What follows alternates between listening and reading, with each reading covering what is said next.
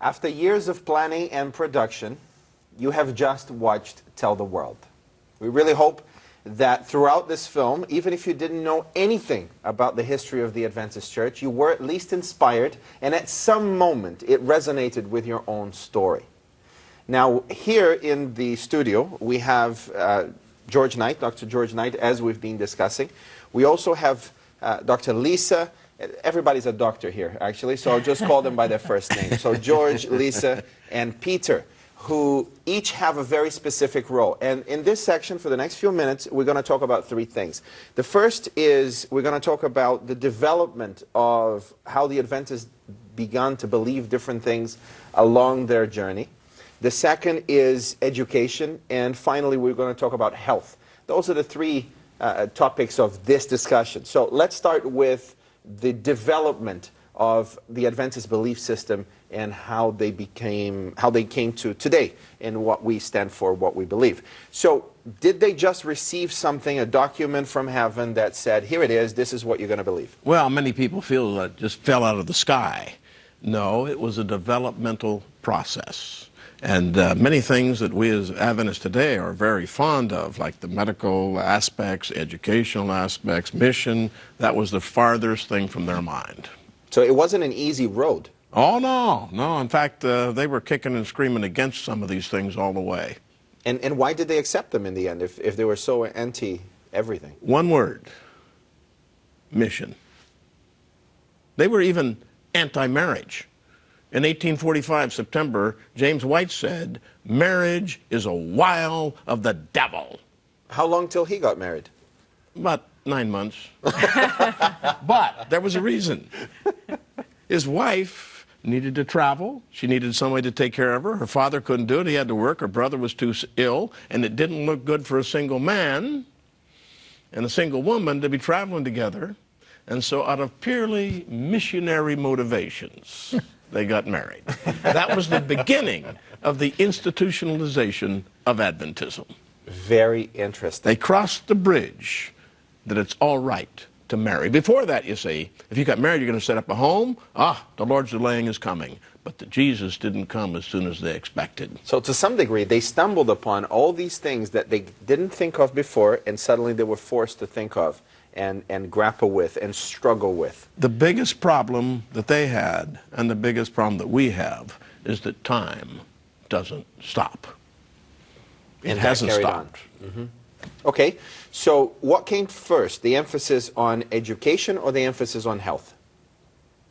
Or was that together? Well, they're both pretty far down the track. Right. Actually, health got a footing. It did.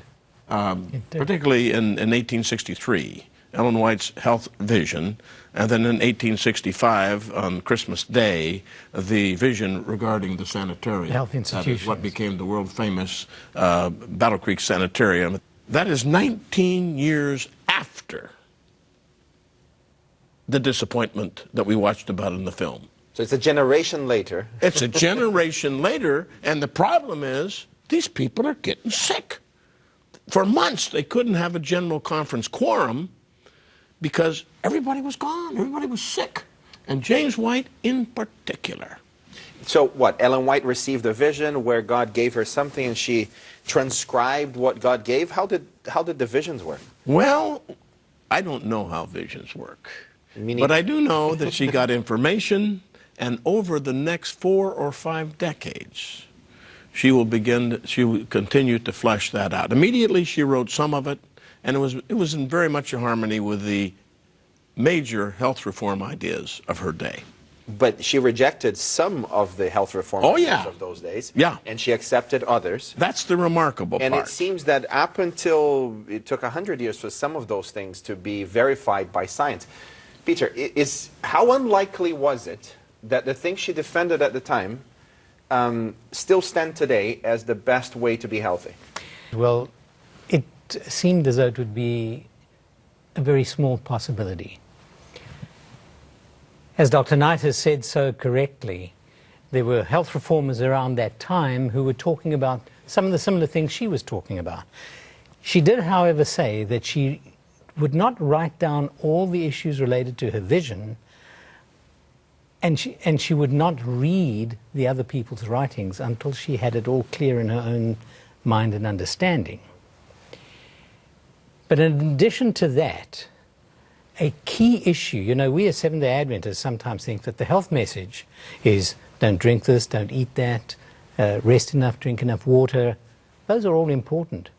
But key in her message in 1863 was the holistic approach of body, mind, spirit. It took till 1948 before the World Health Organization began to include the fact that wellness or health was not merely the absence of disease, but it's the wellness of body and mind. They shied off the spirit. But what has really made the Adventist health message so peculiarly distinctive is that it includes the holistic approach. And when you look at what was given in 1863, 1865, and before that, Joseph Bates, the first health reformer, gave up tea, coffee, alcohol, tobacco, greasy foods, meat. And when people asked him, well, why do you do that? He said, I've had my fill of those things. So the Lord was preparing the way. And as Dr. Knight said, it wasn't well accepted. The health message wasn't good. And Uriah Smith talked about the invalid party, because they were all going off for help and sanitaria and so on, because they were not well. And in 1863, with the Otsego vision, she said, and the Lord showed me these things so that we could finish our work. Our work was not yet done. So it wasn't that we have a bunch of long-lived, skinny sinners, but that we have people who are fit and ready to serve. That's key in the health that came through. So National Geographic, I believe it was a few years ago, looked at some blue zones. And the only one in the West is found in Loma Linda. Is that right? Correct. So Right. in Loma Linda, people live longer lives. There was even somebody who was doing surgery, and he was coming up to be 100 years old. Dr. And Wareham. it's an odd thing. Now, that is an academic institution that deals with health also. The Adventists had great emphasis on education, but not at first. Not at first. No. In fact, as late as 1863 again, one brother writes in and says, is it right to send our children to school? I mean, after all, they're not going to grow up. And James White wrote back, an intelligent mind can best understand the biblical message. And it was actually 10 years after that before we started our first college. I mean, let's face it, 1874, that's 30 years after 1844, and it would be 1897 before we find an elementary education movement. And then the film showed, you remember, just a few students on that first class. Yeah. The Kellogg's are there, and there are a few others there. Now, out of those, that small group of students, Lisa, tell us about Adventist education today. How did that grow, and what it looks like today? Well, there was Adventist education. I like to ask people, what was the first school? And the first school, of course, was, I want to get one of you, The home? the Sabbath school. Yeah. The Sabbath school 1852. was the place see. that old and young alike came to understand and study. And if you're at home and you're not familiar with what Sabbath school is, we have worldwide this book that we all follow during the week, and when it comes to Saturday, the day that we come together, we all discuss this, and we see our different opinions about that said topic. And that started in 1852, which was, 8 years after the disappointment. Yes, Yeah. I was just saying while we were waiting to come in here, I was reminiscing. One time I was in Nairobi, we were doing an accreditation site visit for one of our universities, and Dr. Landis was on that. And there were a number of us on that inspection team. We had some time waiting for the plane, so we thought, let's study our Sabbath school lessons. Yeah. So there in the lobby, we took out our Sabbath school lessons from different countries, different places all the world, and we all had the same curriculum. And we studied it together. But the most exciting thing for us was that the person that wrote the Sabbath school lesson was with us, and that was when Health Ministries did it. It's wonderful to travel anywhere in the world and find, when I get to Sabbath school, I know what they're studying. So we worship wherever it today is. in 924 languages, last time we counted. But we have students that pay to go to the schools and maintain them. How many of those do we have? Well, today, now, as of December 31 of this past year, 2015, 8,208 schools altogether, over 100,000 teachers, 102,000 teachers, and nearly 2 million students, 1.9 million students in our schools. So we've gone a long way from just the Sabbath school to where we are today. And it covers a great range of programs. Doctoral programs are offered in a wide range, from fields like medicine, dentistry, pharmacy, to doctor of theology, and a whole range of specialized areas, and physical therapy. Generally, though, these programs are designed to prepare students to serve, and that has not been lost. Ellen White's vision of preparing students for lives of service for this life and for the life to come, which is a segue into the newest book by George, Educating tell us about the for book. Eternity. So what is it?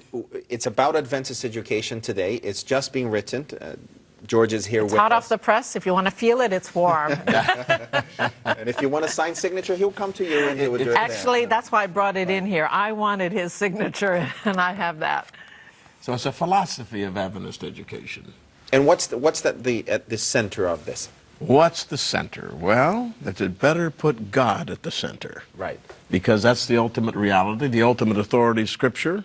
And out of that comes a system of values, and out of that comes, what does a student need? He needs to find Jesus. So of course, if- he needs to get his head filled, too.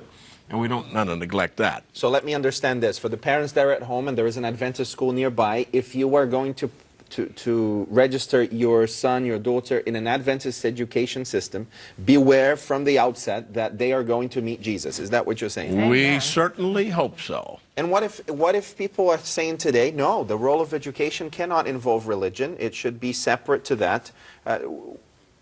Would you say... You always have religion in education. Right. If God is not mentioned, it means he's not important or he doesn't exist. That's a religious statement.